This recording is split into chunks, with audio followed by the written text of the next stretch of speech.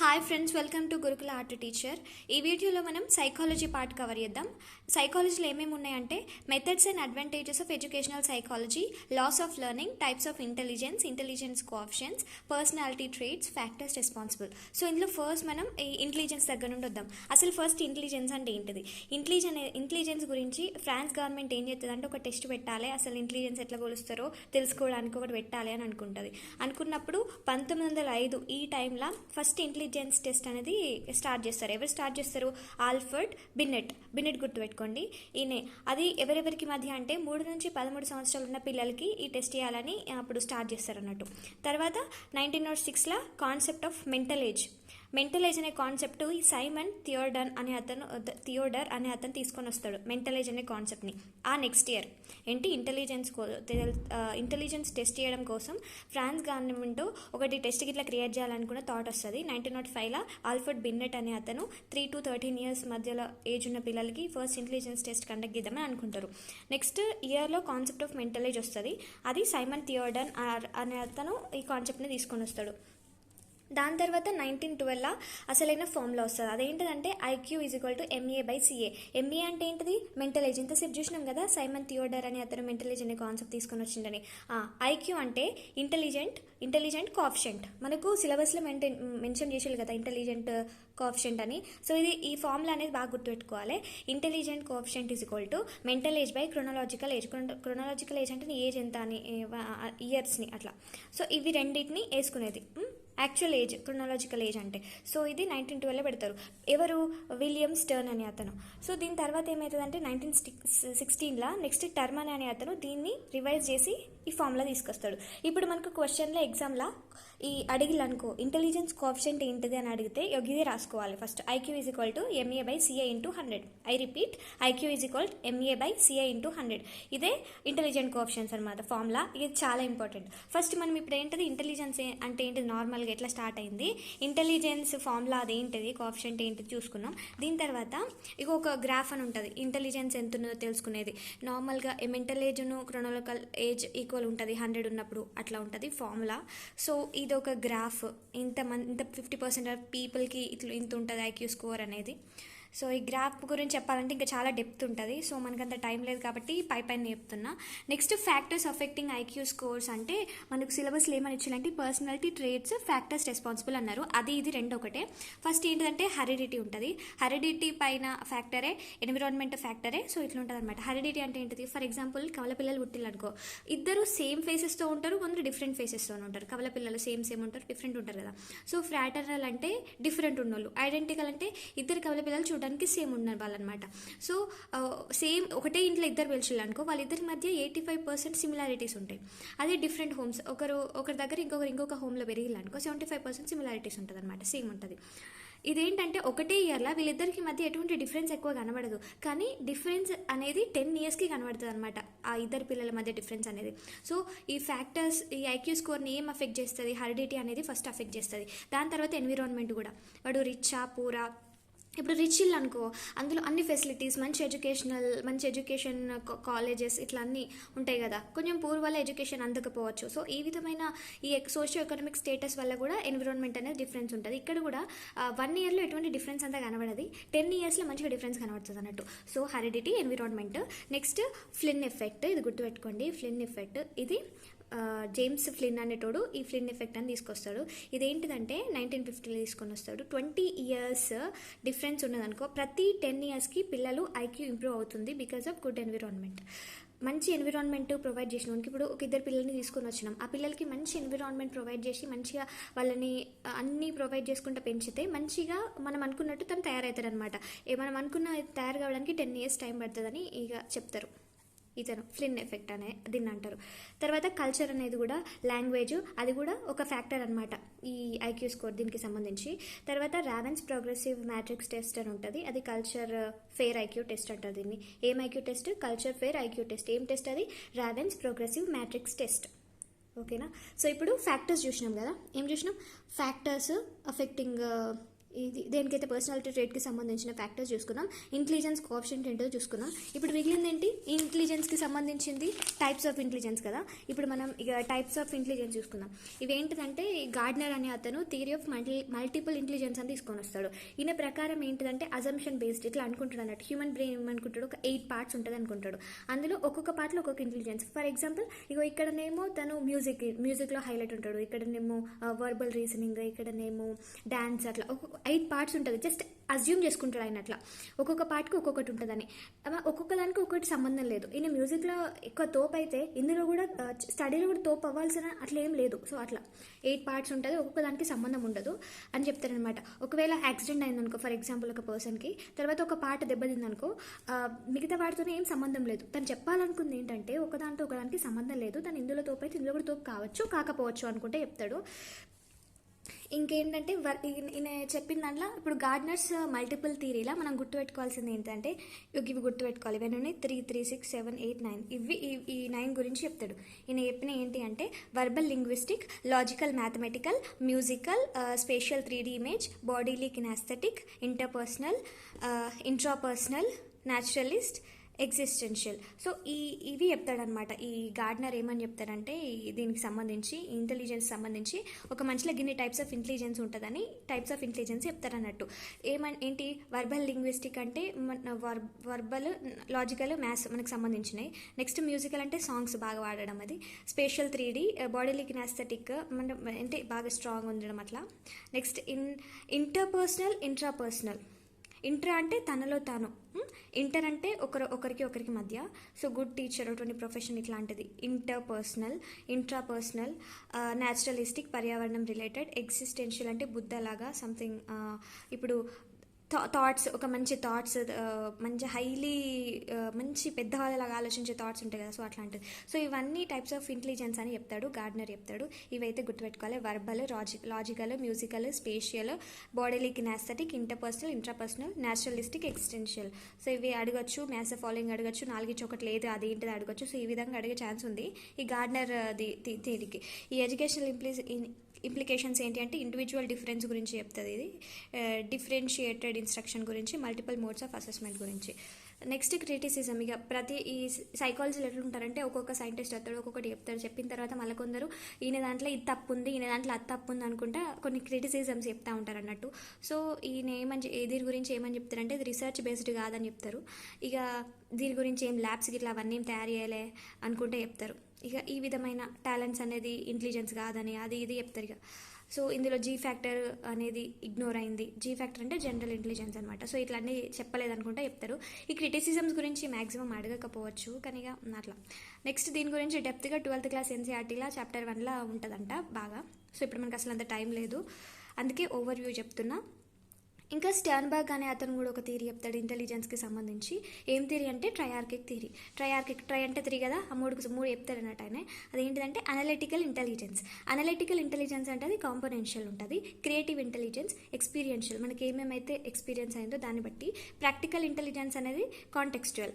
So ఈ విధమైన 3 ట్రయార్కిక్ థియరీని ఈ స్టర్న్బర్గ్ అనే అతను చెప్తాడు. ఇంకా మోర్ థియరీస్ ఆఫ్ ఇంటెలిజెన్స్ ఏంటి అంటే యూనిఫ్యాక్టర్. ఈ బిన్నెట్ అనే అతను చాలా ఇంపార్టెంట్. ఈ బిన్నెట్ అనే అతను సింగిల్ ఎబిలిటీ, లాజిక్, మెజరబుల్ అని యూనిఫ్యాక్టర్ థియరీ తీసుకొస్తాడు. యూనిఫ్యాక్టర్ అంటే అది ఒకటే ఎబిలిటీ, సింగిల్ ఎబిలిటీ, అది లాజిక్, మెజరబుల్, మనం కొలవగలుగుతాం, లాజికల్గా ఇట్లా ఉంటుందని చెప్తాడు. 2 ఫ్యాక్టర్ థియరీ ఎవరు తీసుకొస్తారంటే చార్లెస్ స్పియర్మన్ అనే అతను 2 ఫ్యాక్టర్ థియరీ తీసుకొస్తాడు. 2 ఫ్యాక్టర్స్ ఏంటి? General intelligence, specific intelligence. General intelligence అందరికీ ఉండదు, దాన్ని జీ ఫ్యాక్టర్ అంటారు. స్పెసిఫిక్ ఇంటెలిజెన్స్ ఒకదాని మస్తు హైలైట్ ఉండడం, సో అట్లా S factor. G factor, S factor అంటారు. జీ ఫ్యాక్టర్ అనేది అందరిలో ఉంటుంది, ఎస్ ఫ్యాక్టర్ అనేది స్పెసిఫిక్, కొందరిలో ఒక్కొక్క దానిలో ఒక్కొక్కటి ఉంటుంది. సో ఈ విధమైంది 2 ఫ్యాక్టర్ థియరీ. ఎవరు చెప్తారు? స్పియర్మ్యాన్. ఇంకా చాలా ఇంటెలిజెన్స్ థియరీస్ గురించి వస్తే బిన్నెట్ అనే అతను యూనిఫ్యాక్టర్ థియరీ గురించి చెప్తాడు. చార్లెస్ స్పియర్మ్యాన్ అనే అతను 2 ఫ్యాక్టర్ థియరీ గురించి చెప్తారు. మల్టీ ఫ్యాక్టర్ థియరీ కూడా చాలా ఇంపార్టెంట్, ఇది ఫోకస్ చేయాలి. ఇదేంటిదంటే ఎవరు చెప్తారంటే థారెన్డైక్ చెప్తాడు. ఈ థారెన్డైక్ని ఏమంటారంటే ఫాదర్ ఆఫ్ ఎడ్యుకేషనల్ సైకాలజీ అని కూడా అంటారు. Thorndike is a father of educational psychology. ఇక ఈయన మల్టీ ఫ్యాక్టర్ థియరీ గురించి చెప్తాడు. ఏంటి లెవెల్ ఎక్కువ ఉంటే ఎడ్యుకేషన్ అది ఉంటే అంటే రేంజ్ ఇట్లా కొంచెం ఒకరిది లెవెల్ ఎక్కువ ఉండొచ్చు, రేంజ్ తక్కువ ఉండొచ్చు, ఈ విధంగా చెప్తారనమాట. డిఫరెంట్ టైప్స్ ఆఫ్ ఇంటెలిజెన్స్ గురించి చెప్తాడు. మనం గుర్తుపెట్టుకోవాల్సింది ఒకటే, మల్టీ ఫ్యాక్టర్ థియరీ తీసుకొచ్చింది థార్న్డైక్, 2 ఫ్యాక్టర్ థియరీ తీసుకొచ్చింది Charles Spearman, single factor unifactor తీసుకొచ్చిందేమో బిన్నెట్. ఇవి ఆ థియరీస్. దాంతోపాటు మనం స్టర్న్బర్గ్స్ ట్రయార్కిక్ 3 ఏంటి అంటే అనలిటికల్, క్రియేటివ్, ప్రాక్టికల్ థియరీస్. దాంతోపాటు ఈయన గార్డ్నర్ తీసుకొచ్చినాయి చూసుకోవాలి. ఇవి verbal, logical, musical, spatial, bodily kinaesthetic, interpersonal, intrapersonal, naturalistic, existential.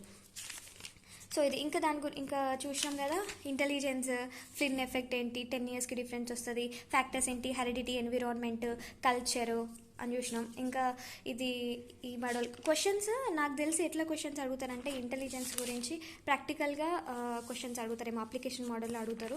So మీరు జస్ట్ కాన్సెప్ట్ అర్థం చేసుకోండి. అప్లికేషన్ మోడల్ అప్లై చేసే విధంగా. Raymond cattles fluid and crystalline type కూడా ఇంటెలిజెన్స్కి సంబంధించింది. ఈ రేమండ్ క్యాటిల్ అనే అతను ఫ్లూయిడ్, క్రిస్టలిన్ 2 టైప్స్కి డివైడ్ చేస్తాడు. ఈ ఫ్లూయిడ్ కింద ఏంటి అంటే మల్టీ థింకింగ్, న్యూ సిచ్యువేషన్స్ వచ్చినప్పుడు డైవర్జెంట్గా మంచిగా థింక్ చేయడం, హెరిడిటీ పరంగా ఇవన్నీ చెప్తాడు. ఈ క్రిస్టలిన్ అనేది సింగిల్ థింకింగ్, ఒకటే వేళ థింకింగ్ ఉంటుంది. కన్వర్జెంట్ థింకింగ్ ఒకటే దానిపైన ఉంటుంది, డిఫరెంట్ దానిపైన కాకుండా ఎన్విరాన్మెంట్ అనుకుంటే ఇట్లా చెప్తారు. సో ఇది Raymond's Cattell fluid and crystalline theory అనమాట. థర్స్టన్ ప్రైమరీ మెంటల్ ఎబిలిటీస్, ఇవన్నీ ఇంటెలిజెన్స్ రిలేటెడే. థర్స్టన్ ప్రైమరీ మెంటల్ ఎబిలిటీస్ ఏమని చెప్తారంటే వర్బల్ ఎబిలిటీ, వర్డ్ ఫ్లూయెన్సీ, అంటే ఇంటెలిజెన్స్ ఇట్లా టైప్స్ ఉంటాయని చెప్తారు అన్నట్టు వీళ్ళందరూ.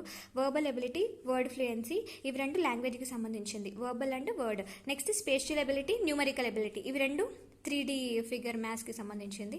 ఇది స్పేషియల్ ఎబిలిటీ ఏమో 3D, న్యూమరికల్ ఏమో మ్యాథ్స్కి సంబంధించింది. రీజనింగ్ ఎబిలిటీ ఏమో లాజికల్కి సంబంధించింది, memory and perceptual speed independent అన్నాడు. సో ఈ పర్సెప్చువల్ స్పీడ్ అనేది ఇండిపెండెంట్ అనుకుంటే చెప్తాడు.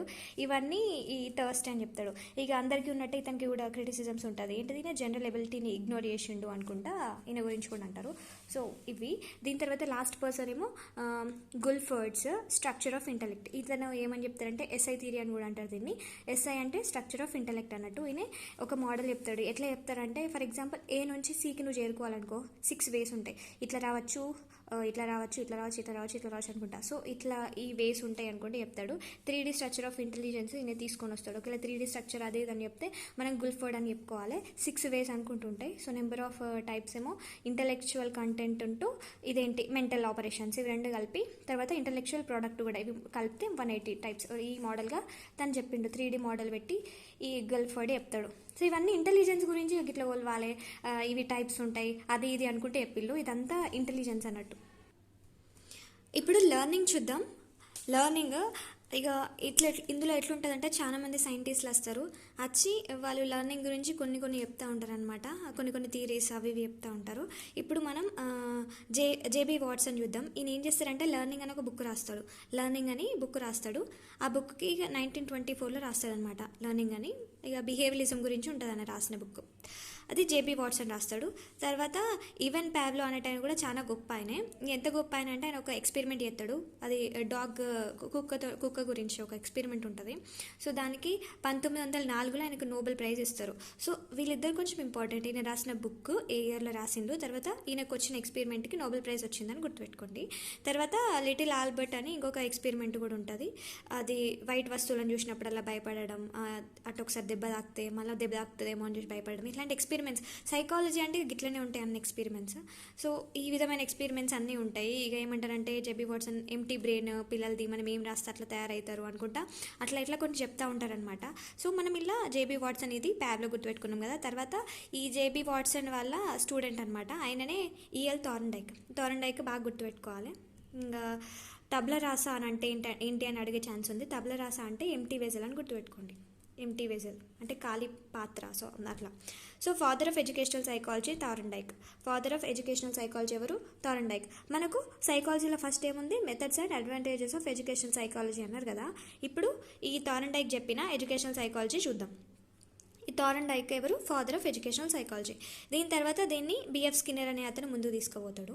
మనం స్కిన్నర్ గురించి చూద్దాం, ఈ థార్న్డైక్ గురించి కూడా చూద్దాం. ఫస్ట్ ఈ ఎడ్యుకేషనల్ సైకాలజీ చెప్పిన ఈ థార్న్డైక్ గురించి ఎడ్యుకేషనల్ సైకాలజీ ఏంటో చూద్దాం. ఏంటంటే థార్న్డైక్ ఏమని చెప్తాడంటే కొన్ని primary laws, trial and error method చెప్తాడు. ఈయన చెప్పింది ఏంటంటే థార్న్డైక్ చెప్పింది ఏంటంటే ట్రయల్ అండ్ ఎర్రర్ మెథడ్ అని రాసుకోవాలి అంతే. ఈయన చెప్పింది ఏంటి? Trial and error method. దీన్నే కనెక్షనిజం అని కూడా అంటారు. మనం ట్రయల్ అండ్ ఎర్రర్ మెథడ్ బాగా గుర్తుపెట్టుకోవాలి.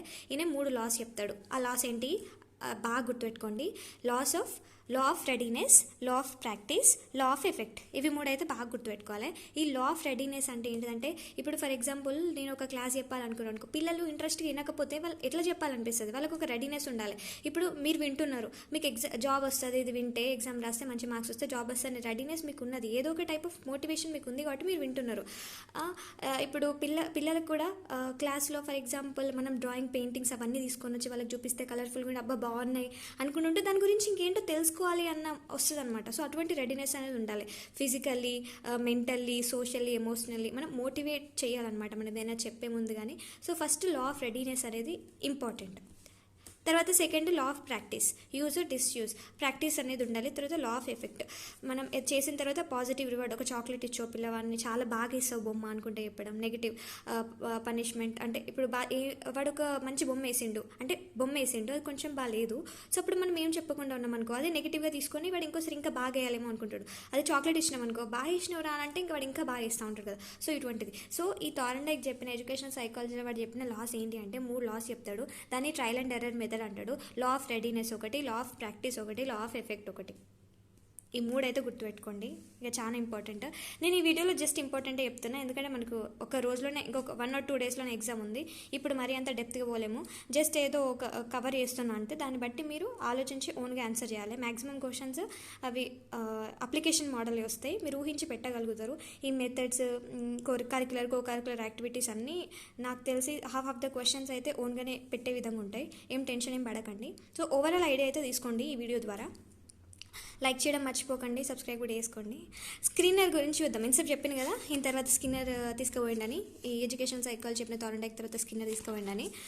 స్కిన్నర్ ఏమని చెప్తారంటే, ఆయన చెప్పింది ఆపరెంట్ కండిషనింగ్ గుర్తుపెట్టుకోవాలి. Trial and error method theory ఎవరిది, ఆపరెంట్ కండిషనింగ్ థియరీ ఎవరిది అనుకుంటూ కూడా క్వశ్చన్స్ అడుగుతారు. సో ఇది గుర్తుపెట్టుకోండి. ఈయన ఏమని చెప్తారంటే, రెయిన్ఫోర్స్మెంట్, రిపిటేషన్. మనం ఏదైనా రెయిన్ఫోర్స్మెంట్ ఇస్తే వాళ్ళు రిపీట్ చేస్తారు. ఇప్పుడు పిల్లలు మంచిగా చేస్తానని ఆ పిల్లలకి ఒక మంచి పెయింటింగ్ గిఫ్ట్ ఇచ్చినాం అనుకో, వాళ్ళు ఏం చేస్తారు, మళ్ళీ చేస్తూ ఉంటారు. ఏదో ఒక చిన్న గిఫ్ట్ ఇస్తే వాళ్ళు మంచిగా చేస్తారు, మళ్ళీ చేస్తూ ఉంటారు పిల్లలు. అదే పనిష్మెంట్ ఇస్తే వాళ్ళు మళ్ళీ చెయ్యరు, ఎటువంటి నో రిటర్న్ అనమాట. సో ఇట్లాంటివి చెప్తాడు స్కిన్నర్. ఏం చెప్తాడు, రెయిన్ఫోర్స్మెంట్ పనిష్మెంట్ గురించి చెప్తాడు.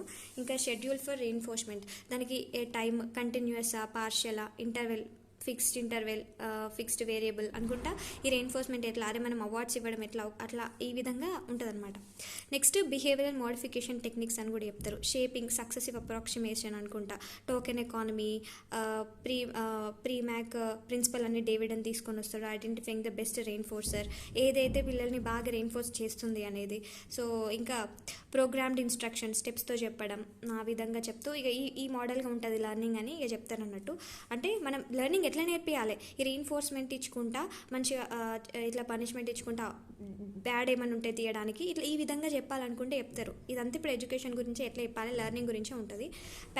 ప్యాబ్లో ఏం చెప్తారంటే, చెప్పినాం కదా ఇంతకుముందు ఆయనకు 1904లోనైనా అవార్డు వచ్చిందని, 1904లో నోబెల్ ప్రైజ్ అవార్డు వచ్చిందని చూసినాం కదా. సో మరి ఆయన గురించి చూద్దాం. ఆయన చెప్పింది ఏంటి, క్లాసికల్ కండిషనింగ్. స్కిన్నర్ చెప్పింది ఏంటి, ఆపరెంట్ కండిషనింగ్. థార్న్డైక్ చెప్పింది ట్రయల్ అండ్ ఎర్రర్ మెథడ్. ఈయన చెప్పింది క్లాసికల్ కండిషనింగ్. గుర్తుపెట్టుకోండి, జేబీ వాట్సన్ రాసిన బుక్ లెర్నింగ్. అట్లా ఇవన్నీ బాగా ఇంపార్టెంట్వి. ఈయన ఏం చెప్తారంటే, ఒక కుక్క ఉంటుంది, ఆ కుక్కకి ఫస్ట్ ఏంటిదంటే ఫుడ్ ఆకలి అయినప్పుడు మనకేంటిది లాలాజలం వస్తుంది కదా, నీళ్ళు ఉడతాయి కదా నోట్లే.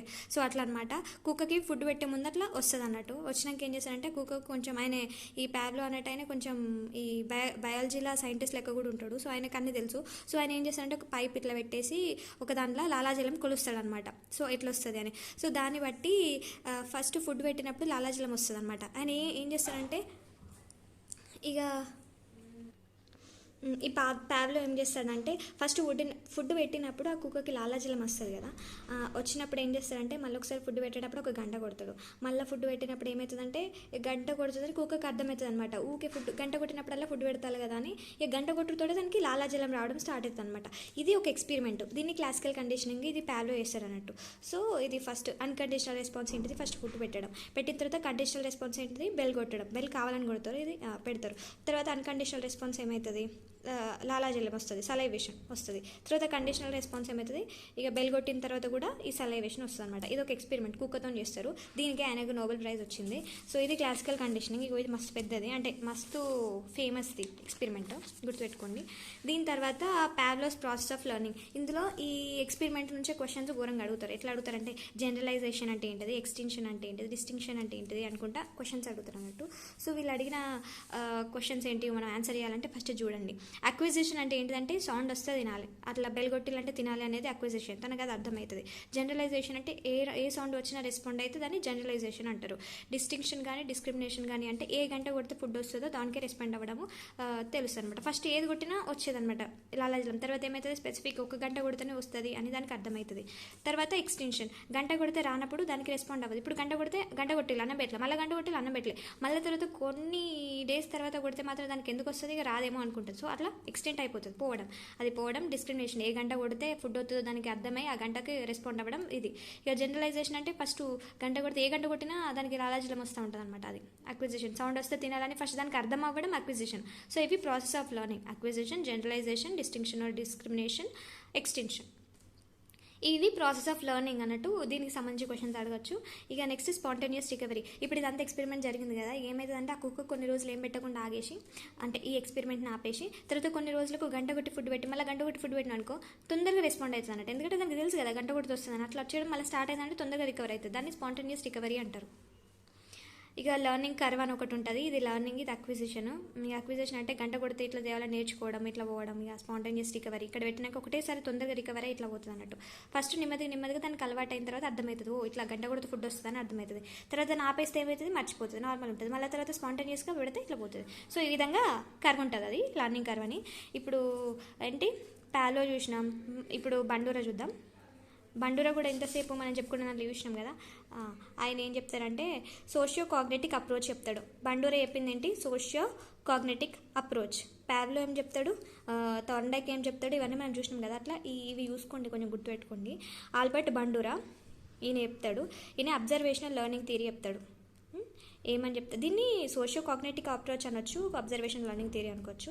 సో ఈయన సోషల్ లెర్నింగ్ థియరీను మోడలింగ్ ఇమిటేషన్ గురించి చెప్తాడు. ఈయన ఏమని చెప్తారంటే బోబో డాల్స్ అని చెప్తాడు. బోబో డాల్స్ ఎక్స్పెరిమెంట్ అని గుర్తుపెట్టుకోవాలి. అంటే ఏంటిదంటే మనం ఇప్పుడు పక్కలను చూసి ఇమిటేట్ చేయడం, వాళ్ళు ఎట్లా జుట్టు వేసుకుంటారో దాన్ని చూసి జుట్టు వేయడం, వాళ్ళు వంట చేస్తున్నట్టు చిన్నపిల్లలు బోలాట ఆడుకుంటారు కదా, అట్లా జుట్టు అట్లా వేసుకోవడం, వాళ్ళలాగా చిన్నపిల్లలు చిరగట్టుకుని ఆడుకున్నట్టు అట్లా ఇట్లా చిన్నపిల్లలు చేస్తూ ఉంటారు కదా, దాన్ని ఆ ఇమిటేషన్ దాని గురించి చెప్తాడు వీడు.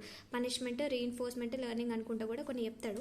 ఇక కాజెస్ ఆఫ్ లెర్నింగ్ ఏంటిది, ప్రాసెస్ ఆఫ్ లెర్నింగ్ ఏంటిదో కూడా చెప్తాడు. Causes of learning, process of learning. ఈ కాజెస్ ఆఫ్ లెర్నింగ్ ఏంటిదంటే రెసిప్రోకల్, డిటర్మినిజం, కాజేషన్, ఎన్విరాన్మెంట్. ఇందులో ఏమని చెప్తారంటే కాజ్ ఆఫ్ లెర్నింగ్లో ఎన్విరాన్మెంట్, కాగ్నిషన్, బిహేవియర్కి బాగా ఇంటర్ రిలేషన్ ఉంటుంది. ఎన్విరాన్మెంట్ని బట్టి కాగ్నిషన్, కాగ్నిషన్ బట్టి బిహేవియర్, ఈ విధంగా ఉంటుంది. అది కాజ్ ఆఫ్ లెర్నింగ్, దాన్ని బట్టి లెర్నింగ్ వస్తుంది పిల్లలకి అని చెప్తారు. తర్వాత process of learning. Process of learning అనేది ఎట్లుంటుందంటే అటెన్షన్, గుర్తించడం ఉంటుంది. ఇప్పుడు ఫర్ ఎగ్జాంపుల్ ఒకటి చేసిల్లు అనుకో, ఫస్ట్ దాన్ని చూస్తారు, చూసి ఓహో ఇది ఇట్లా చేస్తారని దాన్ని గుర్తిస్తారు, అది మనం చేసుకోవాలని.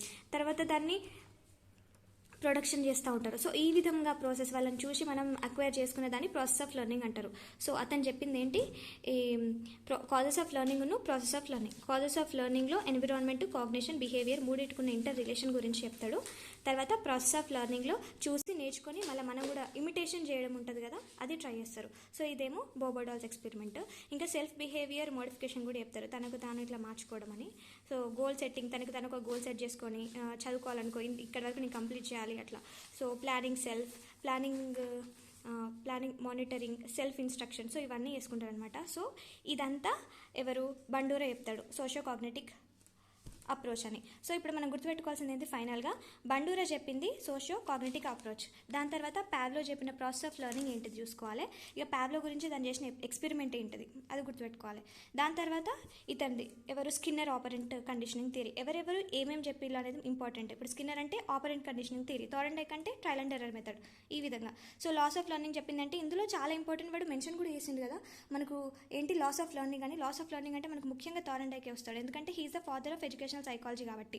ఈయన చెప్పిన 3 లెర్నింగ్స్ ఏంటి, law of readiness, law of practice and law of effect. ఇవి 3 గుర్తుపెట్టుకోండి. పిల్లవానికి రెడీనెస్ ఉండాలి, ప్రాక్టీస్ ఉండాలి, తర్వాత లాస్ట్కి రివార్డ్ ఇచ్చుకుంటే ఎంకరేజ్ చేసుకుంటే పిల్లలకి చదువు చెప్పాలి అట్లా. సో ఫైనల్గా జేబీ వాట్సన్కి బుక్ రాసిండు 1924లో, దీనికి సంబంధించి వానికి నోబెల్ ప్రైజ్ వచ్చింది 1904లో. ఇవన్నీ రివిజన్ అనమాట ఇట్లా. సో ఈ మాత్రం ఇది బేసిక్ ఐడియా లెర్నింగ్ గురించి. సో దీంతో మనం సైకాలజీ అన్ని టాపిక్స్ కంప్లీట్ చేసినాం. మెథడ్స్ ఇవన్నీ చూసుకున్నాం, లాస్ చూసుకున్నాం, ఇంటెలిజెన్స్ చూసుకున్నాం, ఏంటి MA/CA × 100 అనేది ఇంటెలిజెన్స్ కోఎఫిషియంట్ ఏంటిదో చూసుకున్నాం, పర్సనాలిటీ ట్రేట్స్ ఏమేమి అయితే అన్నీ చూసుకున్నాం. సో దీంతో సైకాలజీ కూడా అయిపోయింది. So thank you for watching. Please do subscribe my channel and don't forget to click the bell icon. And ఇంకా మీకు ఏమైనా డౌట్స్ ఉంటే ఎగ్జామ్ గురించి, ఆన్లైన్ ఎగ్జామ్ గురించి మీరు కమెంట్ చేయొచ్చు. I will respond to it. Thank you for watching.